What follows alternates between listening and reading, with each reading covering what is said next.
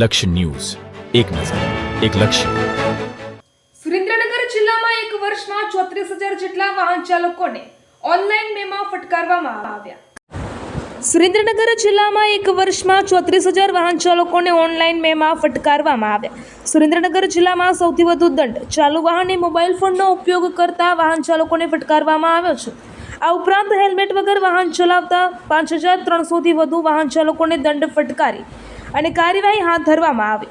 Over સ્પીડમાં વાહન ચલાવતા 5,000 જેટલા વાહન ચાલકોને ઓનલાઈન દંડ ફટકારી અને કાર્યવાહી હાથ ધરવામાં આવી હતી.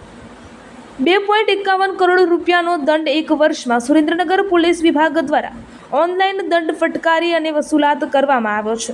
અકસ્માતોની સંખ્યામાં ઘટાડો થાય અને વાહન ચાલકો વાહનો ચલાવવાના નિયમોનું પાલન કરે તે માટે હવે ઓનલાઈન દંડ ફટકારવાની કામગીરીને વધુ પ્રાધાન્યતા આપવા તંત્રએ શરૂ કરી કામગીરી.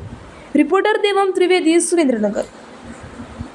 સુરેન્દ્રનગર જિલ્લાની પોલીસની નેત્રમ શાખા દ્વારા વર્ષ 2025માં કુલ 34,502 ઈ ચલણ આપવામાં આવેલા છે કે જેમાં ₹2,51,45,000 અને ₹100 દંડ કરવામાં આવેલો છે.